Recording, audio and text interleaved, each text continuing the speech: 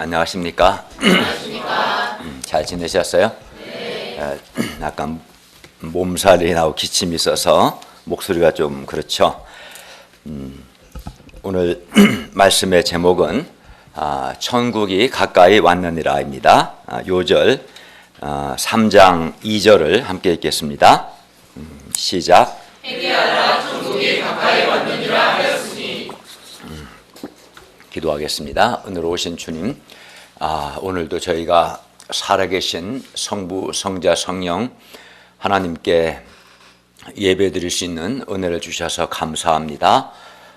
저희가 하나님께 대한 감사와 겸손한 마음으로 예배를 드리게 하여 주시고, 성령님께서 말씀을 깨닫게 해주시고 또 은혜를 받도록 도와주십시오. 우리의 드리는 예배가 하나님을 기쁘시게 하는 그러한 예배가 되도록 도와주십시오.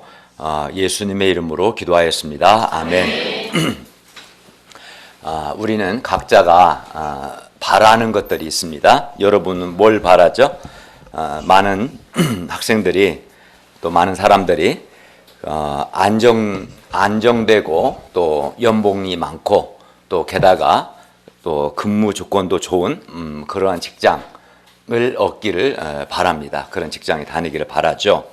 또 우리 목사님들이 주로 전세를 많이 사는데 이사하지 않아도 되는 자기 집을 바라기도 합니다. 이사하지 않아도 될 괜찮은 자기 집을 갖기를 바라죠.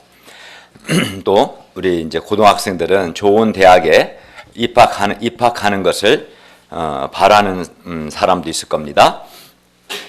또 많은 사람들이 돈이 많았으면 좋겠다, 이렇게 돈이 많기를 바랄 수도 있습니다. 그러나 근데 이렇게 바라는 게 다 바로 이루어져요? 이루어지는 것도 덜했지만 대체로 잘 안 이루어지죠. 그 이유는 뭘까요? 바라는 게 높든지 아니면 내 실력이 좀 낮든지. 어쨌든 바라는 게 있고 뭐 이루어지기도 하지만 또 이루어지지 않는 것도 많아요.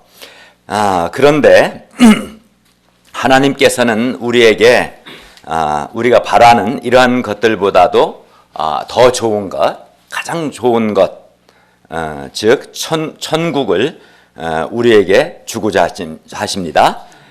그리고 이것은 그냥 바라는 것, 희망, 사항으로 끝나지 않고 실제로 우리에게 주어지고 또 이루어집니다. 그러면 하나님께서 우리에게 주고자 하시는 천국이 가까이 왔느니라 제목이죠. 그러면 천국이 뭐고 또 우리가 천국을 경험하며 또 천국을 누리며 천국을 소유한다는 것은 또 무엇인지 오늘 말씀을 통해서 배울 수 있기를 기도합니다.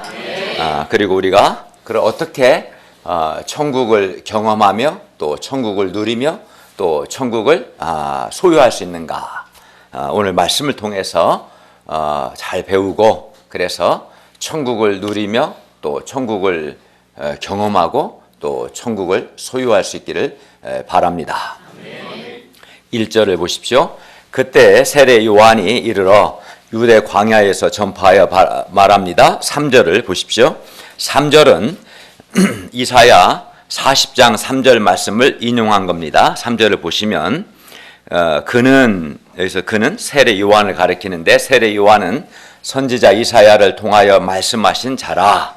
일러스되 광야에서 외치는 자의 소리가 있어. 여기서 광야에서 외치는 자의 소리는 세례 요한을 가리키는데, 이르되 너희는 주의 길을 준비하라, 그가 오실 길을 곧게 하라 하였느니라. 여기서 주는 메시아, 즉 구원자를 가리키고, 세례 요한은 하나님께서 이사야 선지자를 통해 말씀하신 광야에서 외치는 자입니다. 그러니까 이사야 말씀이 오늘 세례 요한을 통해서 성취가 된 거예요. 그죠?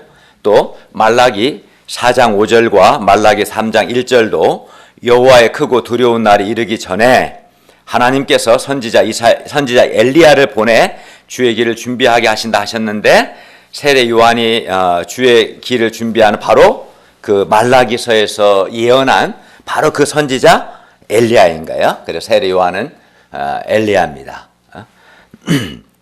주의 길, 즉 메시아의 길을 준비하는 것이 세례 요한의 사명이었어요. 그래서 세례 요한이 메시아 예수님이 오셨을 때 앞서가서 사람들을 회개시키고 메시아의 길을 준비하는 겁니다.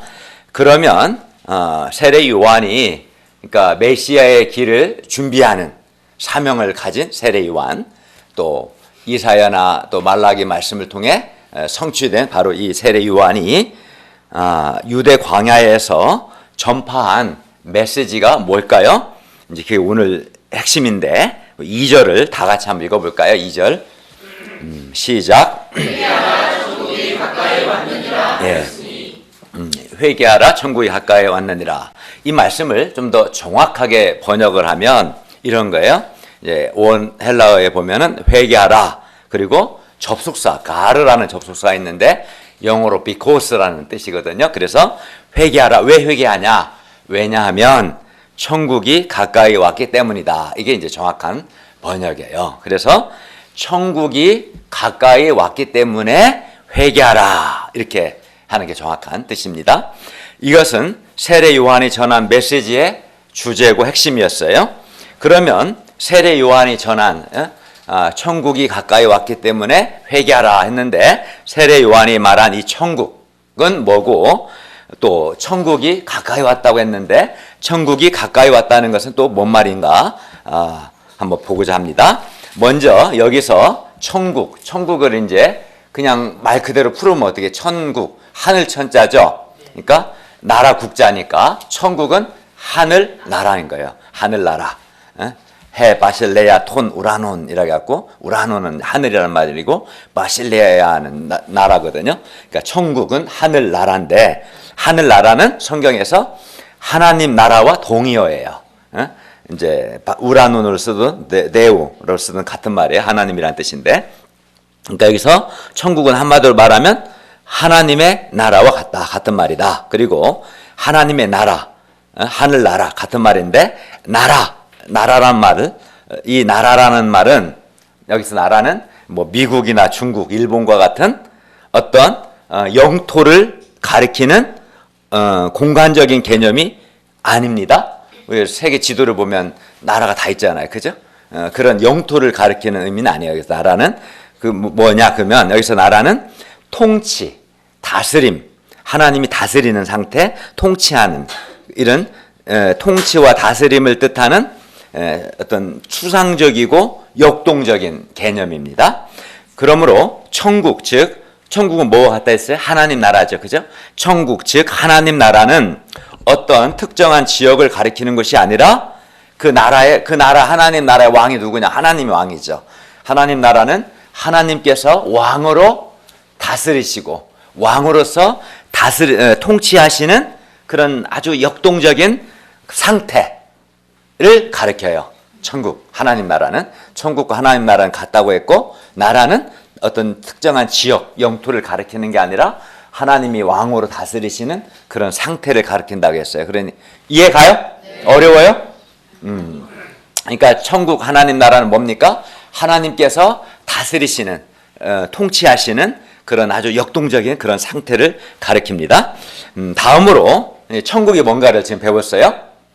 다음으로 천국이 가까이 왔다는 것은, 가까이 왔으니까 거의 다 왔는가 보다, 아직 안 왔고, 그런 의미가 아니고, 천국이 가까이 왔다는 것은 천국이 이미 왔다, 이미 도래했다는 뜻입니다. 그래서 헬라 원문에서도 가까이 왔다는 동사가 사실은 현재 완료 시제예요. 완료는 이미 이루어진 것을 가리키죠. 중고등학교 때 영어 시간에 배웠죠. 완료는 이미 이루어진 걸 말하는 거예요. 그래서 천국이 가까이 왔다는 것은 천국이 이미 도래했다, 아직 안 온 게 아니라 이미 도래했다, 이미 왔다. 천국, 즉 하늘 나라, 하나님 나라는 그래서 이미 여기 존재하고 있는, 그런 이제 현존한다라고 표현하는데, 현재 존재하고 있다라는 의미입니다. 그러니까 여기까지 다 이해가죠? 그리고 무엇보다 세례 요한은 예수 그리스도께서 오신 것을 가리켜서 천국이 가까이 왔다라고 말하고 있습니다. 그러니까 세례 요한은 천국이 가까이 온 것, 이미 도래한 것과 예수 그리스도께서 이미 오신 것을 같은 의미로 생각했어요.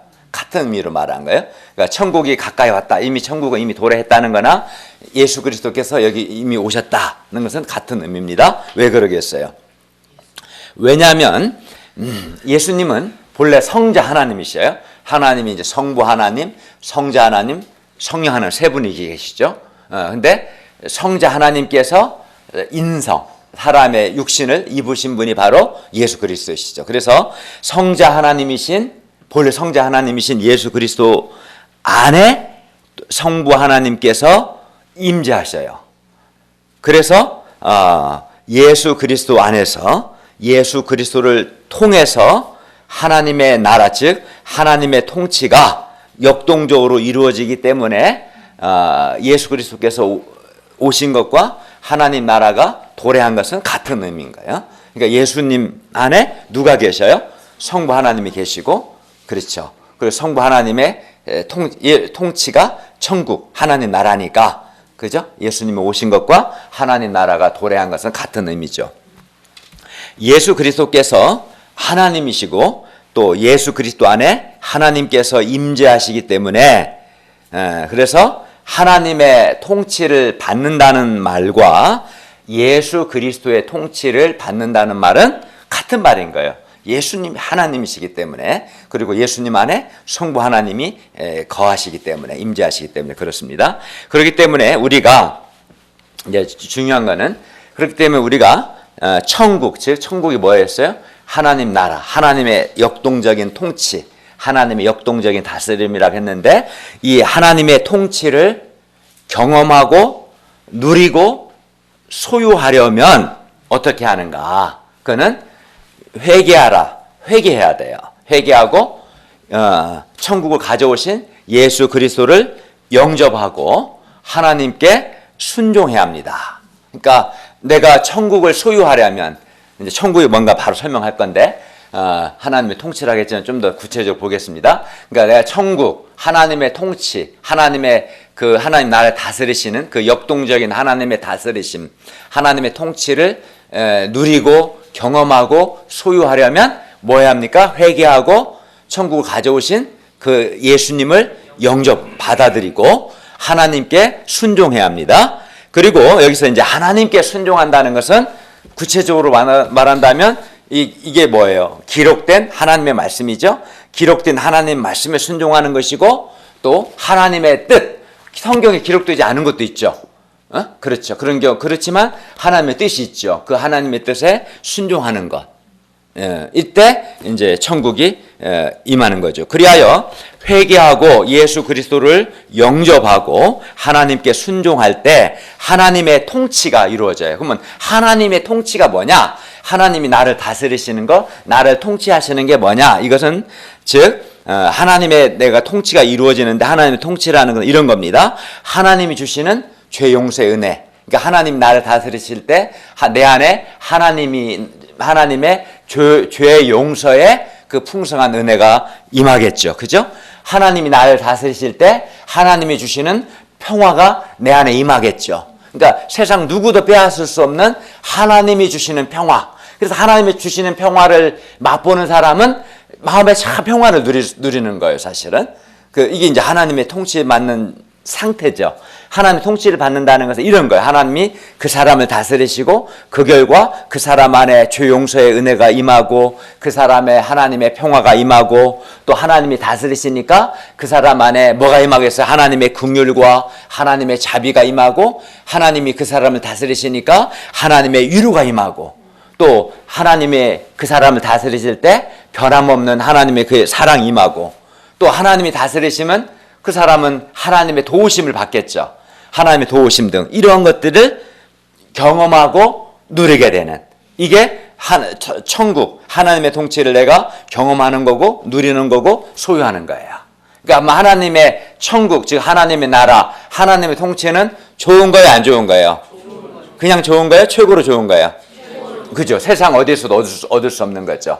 그러니까 하나님이 왕으로서 나의 왕으로서 나를 다스리시고 통치하실 때 이러한 하나님의 주시는 죄 용서, 평화, 위로, 자비, 긍휼, 기쁨, 또 하나님의 도우심 등을 내가 경험하게 되고 내가 누리게 되고 내가 소유하게 되는 거예요.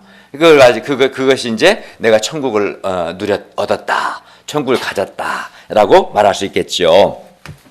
좀 더 천국을 좀 더 설명하면 우리는 성경에서 다윗과 사울의 예를 통해서 천국의 모습을 볼 수 있어요. 사울은 이스라엘의 초대 왕이었어요. 초대 왕. 그러니까 뭐 국회의원 정도가 아니고 이스라엘의 초대 왕이었던 거죠. 그는 뭐 도곡동 타워 벨리스보다 더 좋은 왕궁에서 살았어요.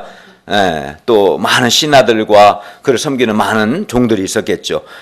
타워벨리스의 종들은 없어요.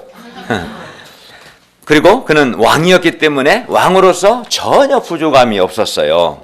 그러나 사울은 다윗에 대한 시기심이 있었어요. 시기심으로 인해서 고통했어요.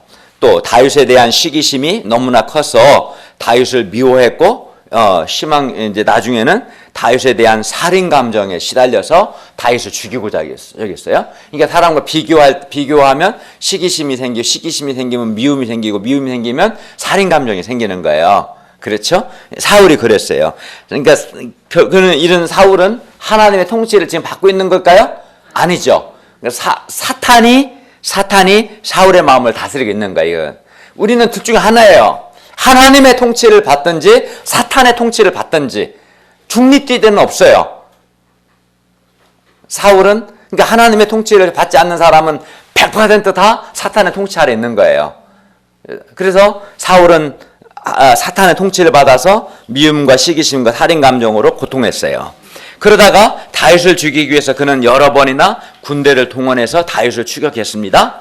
사울은 왕이었으나 하나님의 통치를 받지 않고 하나님의 통치를 그는 거부했기 때문에 그의 마음에는 하나님의 은혜도 하나님의 빛도 하나님의 평화도 하나님의 궁율도 없었어요.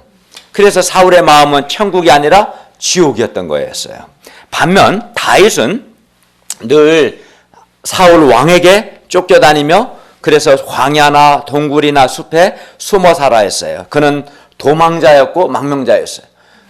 이 영화 보면 도망자, 저는 그런 영화 되게 좋아해요. 저는 막 액션, 본 시리즈. 저는 아주 최고로 좋아합니다. 그런 거.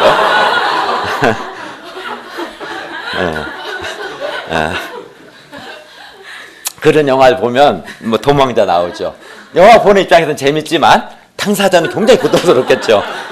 도망하고 망명하고 그렇죠.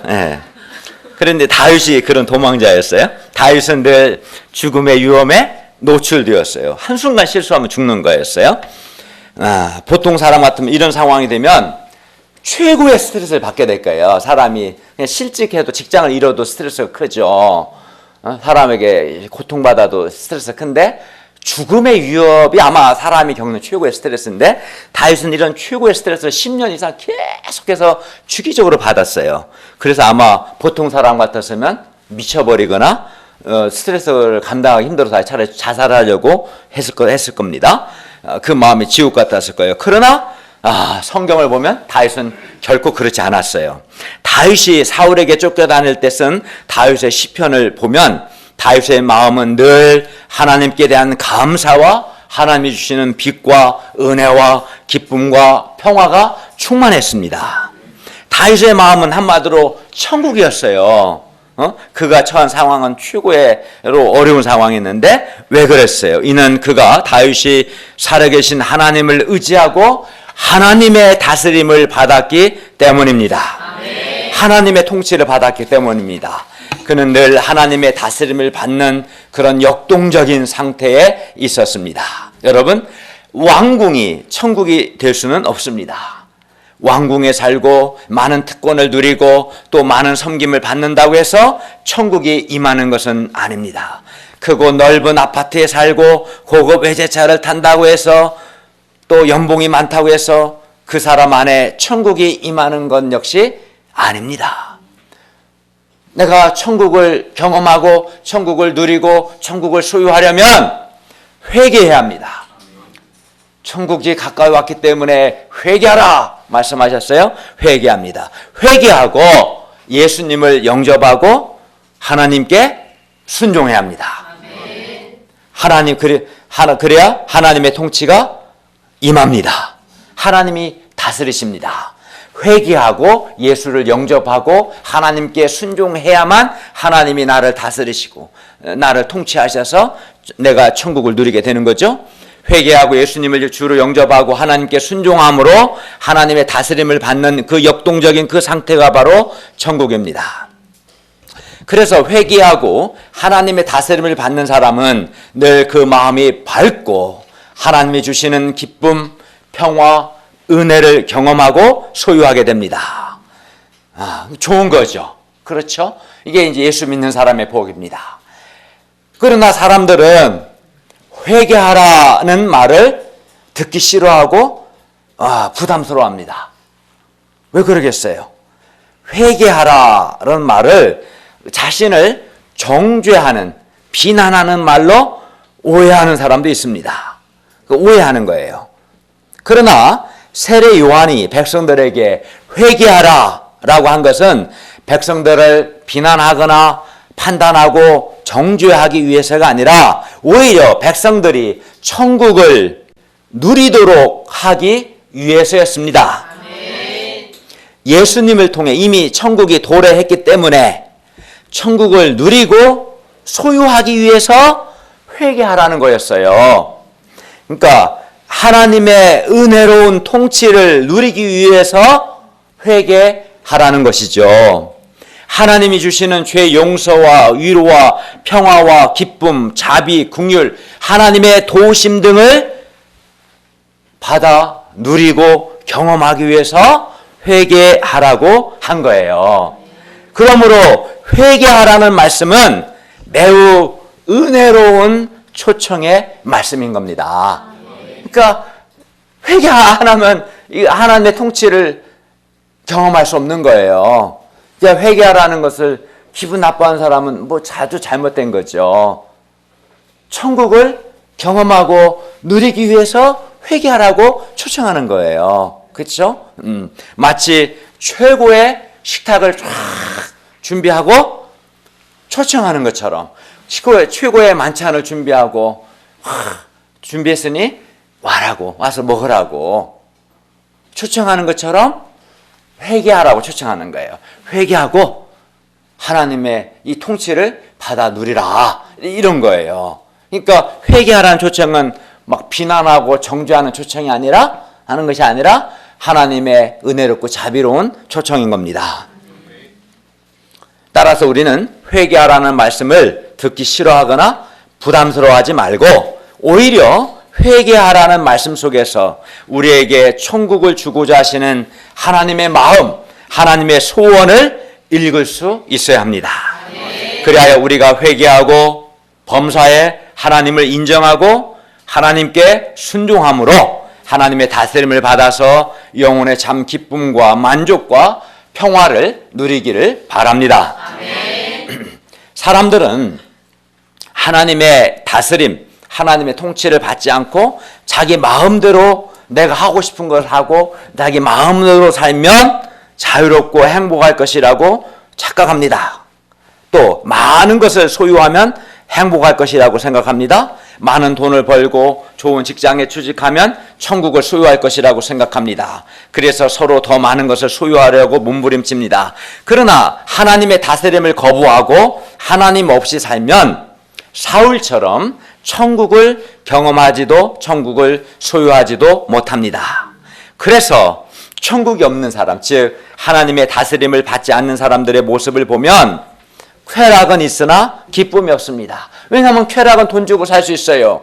그러나 하나님이 주시는 기쁨은 돈 주고 못 사요. 하나님의 통치 다스림을 받아야 하나님만이 주시는 기쁨이 있는 거니까. 그래서 하나님의 통치를 받지 않는 사람은 쾌락은 있으나 기쁨은 없습니다. 또 돈으로 많은 것은 소유했으나 정작 자존감, 하나님이 주시는 자존감은 없습니다.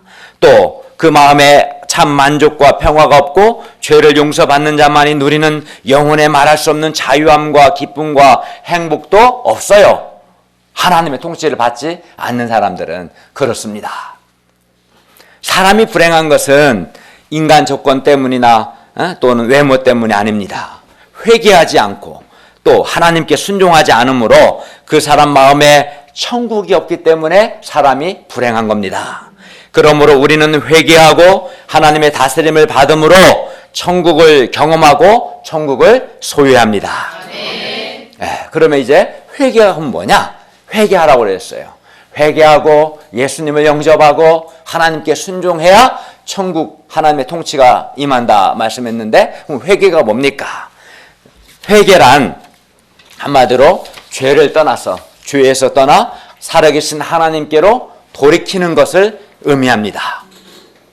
다시 말해, 회개란 단순히 죄에 대한 인정, 내가 잘못했어, 이거 아닙니다. 또는 자기 죄에 대한 통회의 감정, 또는 후회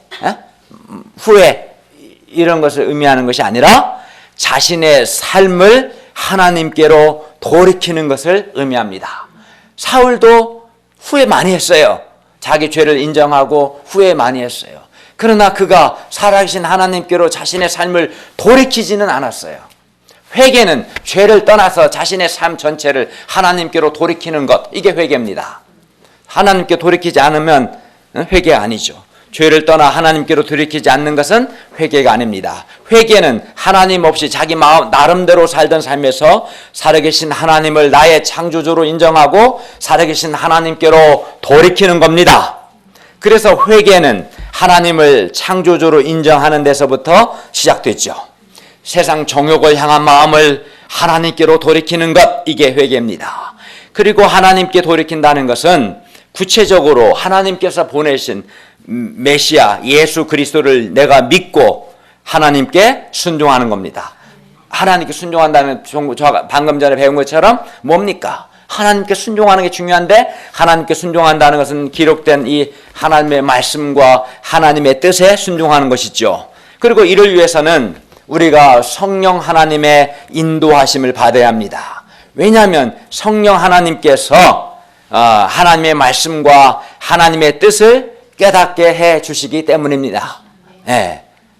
내가 말씀에 명확하게 기록된 것은 딱 순종하면 되고, 명확하지 않은 것들은 말씀의 원리를 따라서 내 안에 계신 성령님의 인도하심을 받을 때 하나님의 뜻이 무엇인지 명확하게 알게 돼요. 그 하나님의 뜻에 순종할 때 하나님의 통치가, 천국이 임하게 됩니다. 그리고 이렇게 회개하고 하나님께 순종할 때 그 사람 안에 하나님의 통치가 이루어집니다. 회개하고 하나님의 다스림을 받을 때 영혼에 참 기쁨이 있고 마음에 참 평화가 있습니다. 하나님의 다스림을 받을 때 자존감이 생기고, 많은 걸 소유한다고 해서 자존감이 생기는 게 아니에요. 많은 걸 소유해도 나보다 더 많이 소유한 사람 앞에 서면 비교의식이 생기게 돼요. 그렇죠? 나보다 더 잘난 놈이 세상에 있겠어? 있어요. 그러면은 자존감이 안 생기고 열등감이 생기는 거예요. 하나님의 다스림을 받아야 절대적인 자존감이 생기고 참 만족이 있고 하나님이 주시는 죄 용서의 은혜를 누리게 됩니다. 하나님의 다스림을 받을 때 하나님이 나를 도와주십니다. 그래서 하나님의 도우심을 받아 누리게 됩니다. 그리하여 하나님의 다스림을 받는 사람은 그 어디를 가나 어떤 상황에서도 그 마음이 천국입니다.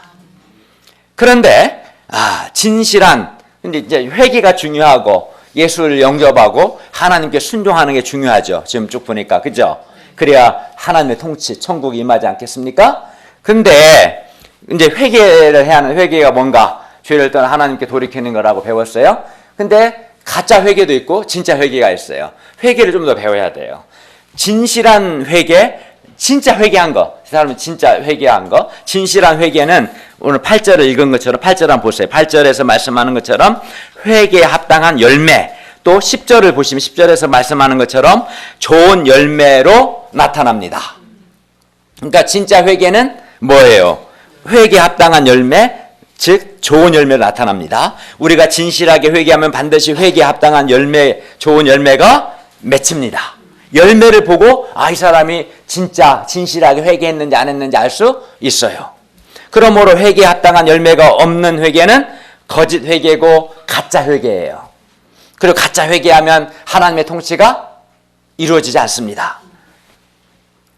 회개는 단순한 통회의 감정이 아닙니다. 내가 뭐 회개합니다. 회개할 수 있기를 바랍니다. 기도합니다. 라고 해서 회개한 게 아니에요. 그냥 말할 뿐이지. 회개 합당 열매가 있어야 회개한 거죠.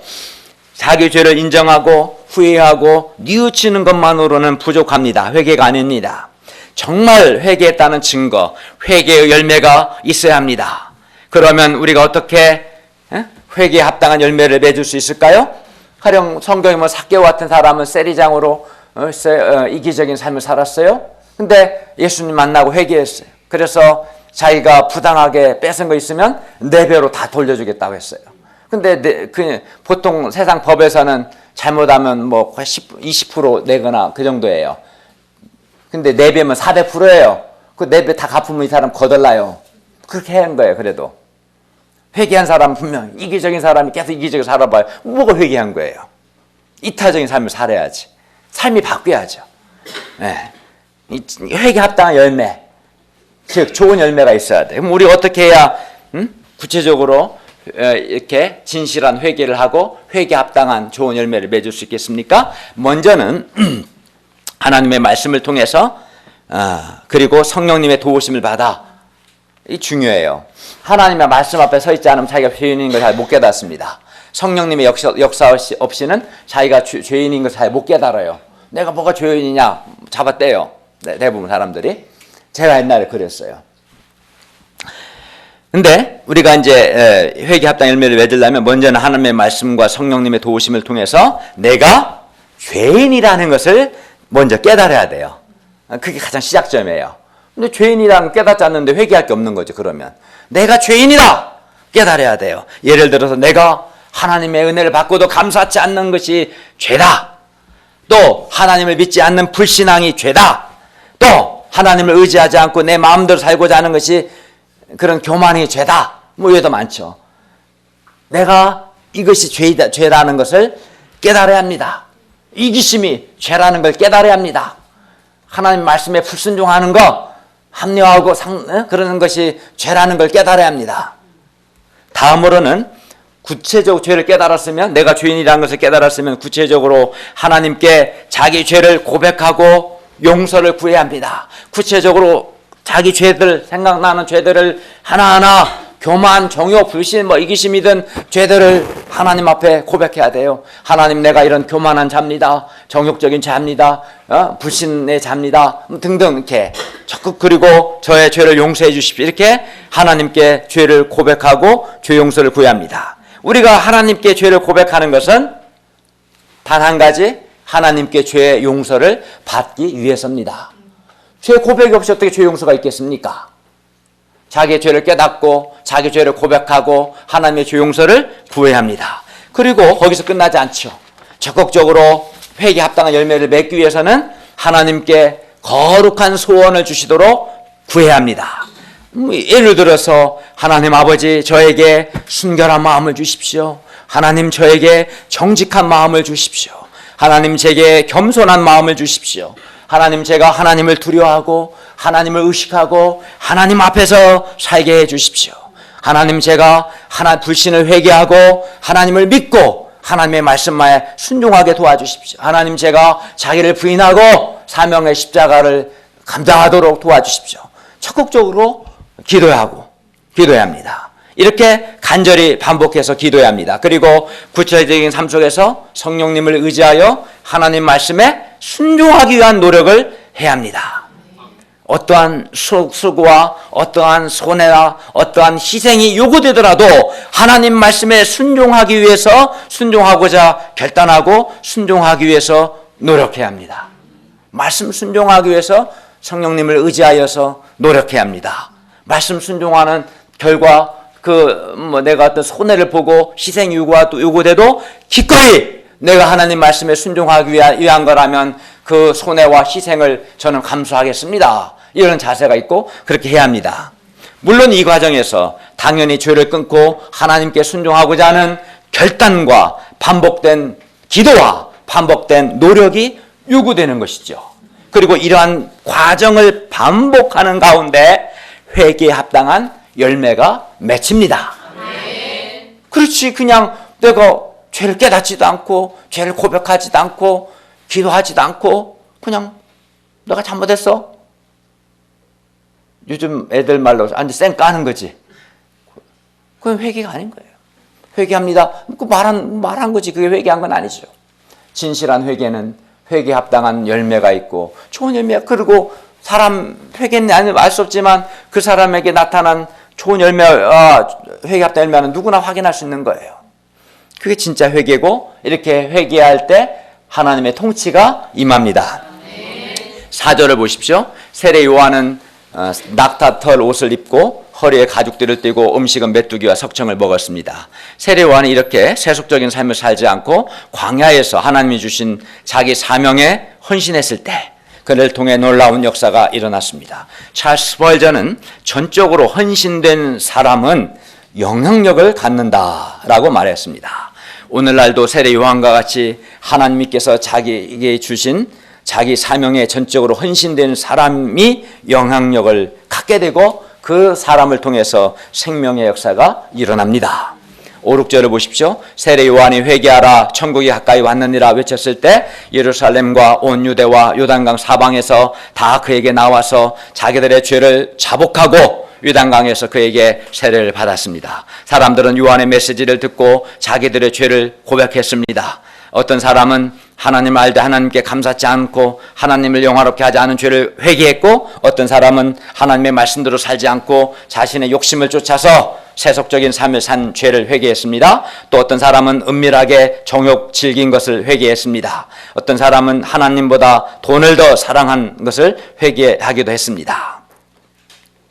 또 원망, 불평, 교만을 회개한 사람도 있었을 겁니다. 이렇게 많은 사람들이 자기들의 죄를 자복하고 요단강에서 요한에게 세례를 받았습니다. 7절을 보십시오. 요한이 많은 세례 요한입니다. 많은 바리새인들과 사두개인들이 세례 베푸는 대로 오는 것을 보고, 이들은 회개하러 온 건 아니에요. 오는 것을 보고 그들을 무섭게 책망합니다. 독사의 자식들아, 누가 너희를 가르쳐 임박한 진노를 피하라 하더냐. 바리새인들과 사두개인들은 당시 종교 지도자들이었으나 이들은 위선적이고 세속적인 생활을 하고 있었어요. 그러면서도 이들은 백성들과 달리 회개하지 않았어요. 세례 요한은 이런 그들을 독사의 자식들이라고 무섭게 책망했습니다. 그들은 독사와 같이 많은 사람들을 해치고 있었습니다. 그들은 겉으로는 화려한 의복을 입고 의롭고 경건한 척했지만 실상은 백성들의 영혼을 파멸시키는 무서운 악영향을 끼치고 있었어요. 독사들이었어요. 그리고 이런 그들에게 하나님의 진노가 임박했습니다. 그들이 당장 회개하지 않으면 임박한 하나님의 진노를 피할 수 없습니다. 그러므로 세례 요한은 이런 그들에게 헛된 자부심을 버리고 당장 회개하고 회개에 합당한 열매를 맺으라고 말했습니다. 8, 9절을 다 같이 한번 읽어볼까요? 시작. 그러므로 회개에 합당한 열매를 맺고 속으로 아브라함이 우리 조상이라고 생각하지 말라. 내가 너에게 이르노니 하나님의 눈이 이 돌들로도 아브라함의 자손이 되게 하시리라. 바리새인들과 사두개인들은 아브라함이 우리 조상이라는 속교만이 있었기 때문에 회개하지 않았습니다. 나는 뭐 아브라함의 자손이니까 구원은 따놓은 당상이야, 괜찮아, 이런 교만이 있었던 거죠. 그러나 그들이 이러한 속교만을 버리고 회개에 합당한 열매를 맺지 않으면 하나님의 임박한 진노를 피하지 못합니다. 회개하면 천국을 경험하며 소유하지만 회개하지 않으면 하나님의 진노가 있습니다. 그러므로 우리 역시 하나님의 임박한 진노를 피하기 위해서는 속교만을 회개해야 돼요. 예를 들어서 우리에게 어떤 교만이 있을 수 있을까요? 나는 신앙생활 10년 넘게 했다. 또 나는 모태신앙이다. 나는 대형교회 다닌다. 나는 UBF 목자다. 나는 그래도 주일 예배는 안 빠지고 잘 드린다. 나는 소감도 쓴다. 나는 여러 모임에도 참석을 잘한다. 나는 11조도 잘 드리고 보배합도 잘 드린다 등등의 이러한 속교만을 버리고 회개에 합당한 열매를 맺어야 합니다. 그렇지 않으면 하나님의 진노를 피할 수 없습니다. 세례 요한은 하나님의 임박한 진노를 보았고 마음이 두려웠습니다. 10절을 한번 읽을까요? 시작. 이미 토끼가 나무 뿌리에 놓였으니 좋은 열매를 맺지 아니하는 나무마다 찍혀 불에 던져지리라. 요한이 보니 도끼가 이미 나무 뿌리에 놓였고 열매 맺지 아니하는 나무마다 찍혀서 불에 던져질 것입니다. 이미 도끼가 나무 뿌리에 놓였기 때문에 얼마나 급박합니까? 얼마나 무섭습니까? 세례 요한은 하나님의 진노를 생각하면 마음이 떨렸습니다. 그러므로 우리가 하나님의 진노가 임박한 것을 알고 하나님의 진노가 임하기 전에 빨리 회개할 수 있기를 기도합니다. 세례 요한은 이렇게 백성들에게 회개의 메시지를 전할 뿐 아니라 적극적으로 예수님을 소개합니다. 11절을 한번 같이 읽어볼까요? 시작. 나는 너희로 회개하게 하기 위하여 물로 세례를 베풀거니와 내 뒤에 오시는 이는 나보다 능력이 많으시니 나는 그의 실을 들기도 감당하지 못하겠노라. 그는 성령과 불로 너희에게 세례를 베푸실 것이요. 요한은 백성들로 회개하도록 하기 위해서 물로 이렇게 세례를 주지만 예수님은 능력이 많으셔서 성령과 불로 세례를 주십니다. 예수님 이게 성령과 불로 세례를 준다는 것이 뭐냐면 한마디로 성령을 통한 중생인데 좀 설명해 드릴게요. 예수님께서 우리 죄를 위해서 십자가에서 죽으셨고 또 부활하시고 40일 계시다가 승천하셨습니다. 그리고 하나님 보호자 우편에 앉으셨죠. 그리고 성부 하나님께 요청하셔서 성령님을 파송하셨어요. 그리고 예수님이 파송하신, 그러니까 하나님 보호자 우편에 앉으신 예수님이 파송하신 성령님, 성령 하나님께서 이게 이제 성령을 세례를 주는 건데 성령 하나님께서 하나님의 말씀을 통해서 허물과 죄로 죽은 사람을 다시 살려내시는 것. 또는 물로 더러움을 깨끗이 씻어내는 것처럼 성령님께서 우리 마음에서 더러움을 씻어내서 우리 마음을 정결하게 하는 것. 불도 정결하게 하는 의미를 가져요. 불로 소독하는 것처럼. 그렇죠? 이것이 성령과 불로 세례를 베푸는 겁니다. 그리고 이렇게 성령으로 세례를 받으면, 그러니까 한마디로 말 성령 세례는 중생을 가리키는 거예요. 성령께서 세례를 베푸신단 말은 성령님이 우리를 중생케 하시면 마음이 근본적인 변화를 받아서 완악하고 광팍했던 우리 마음이 부드러워지고 새로워집니다. 그래서 하나님께 순종하고자 하는 마음이 됩니다.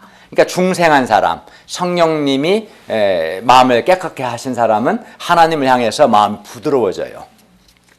회개한 사람에게 베푼 물세례는 사람을 근본적으로 변화시키지 못하지만 성령 세례는 사람을 근본적으로 변화시킵니다. 따라서 우리 예수 믿고 성령으로 중생한 사람은 이미 성령으로 세례를 받은 거예요. 얼마나 큰 은혜고 감사합니까? 그러니까 우리 마음이 얼마든지 하나님께 순종할 수 있는 마음으로 바꿔주신 거지. 그게 잘 안 되는 사람이 있다면 둘 중에 하나예요. 아직 중생하지 않았거나 중생했는데 너무나 오랫동안 불순종을 반복해서 살아왔고 실제로 마음이 너무 강팍하게 된 거예요. 그러나 중생한 정상적인 신자는 하나님 향하여 거역하지 않습니다. 부드러운 마음을 갖게 돼요. 성령으로 세례를 받았기 때문에. 자, 12절을 봅시다. 예수님은 손에 키를 들고 자기의 다장마당을 정하게 하사 알고 건부와 천국 곳간에 들이고 쭉정이는 꺼지지 않는 지옥불에 태우십니다. 그러면 여기서 누가 알곡이고 누가 쭉정일까요? 회개함으로 회개에 합당한 열매를 맺은 사람이 알곡이고 회개하지 않는 자가 쭉정입니다. 당시 이스라엘 공동체 안에 알곡뿐만 아니라 쭉정이도 있었던 것처럼 오늘날 교회 공동체에도 알곡만 있는 것이 아니라 쭉정이도 있습니다. 한국 교회에는 쭉정이들이 아주 많습니다. 회개가 없는 사람들, 그리하여 회개에 합당한 열매가 없는 사람들은 쭉정이들입니다. 반면 회개하고 예수님의 다스림, 하나님의 통치를 받음으로 천국을 경험하고 천국을 소유한 사람들이 바로 알곡입니다. 여러분은 알곡입니까? 쭉정입니까? 알곡이겠죠? 회개에 합당한 열매를 맺음으로 알곡이 되기를 바랍니다. 그리하여 하나님의 진노를 피하기를 바랍니다. 결론입니다. 하나님은 우리에게 천국을 주시기 위해서 회개하라고 말씀하신 겁니다. 그러므로 우리가 회개하고 예수님을 영접하고 하나님께 순종함으로 하나님이 주시는 죄 용서, 또 기쁨, 평화, 사랑, 은혜, 빛, 또 하나님의 도우심 등을 풍성히 누릴 수 있기를 기도합니다. 네, 기도하겠습니다. 은혜로우신 주님, 저희에게 천국을 주시기 위해서 초청하셔서 감사합니다. 저희가 회개하고 예수님 영접하고 하나님께 순종함으로 하나님의 다스림, 하나님의 통치를 받아 하나님이 주시는 조용서와 자비와 긍휼과 위로와 은혜, 평화, 기쁨, 하나님의 도우심 등을 풍성히 누리도록 도와주시옵소서. 예수님의 이름으로 기도하였습니다. 아멘.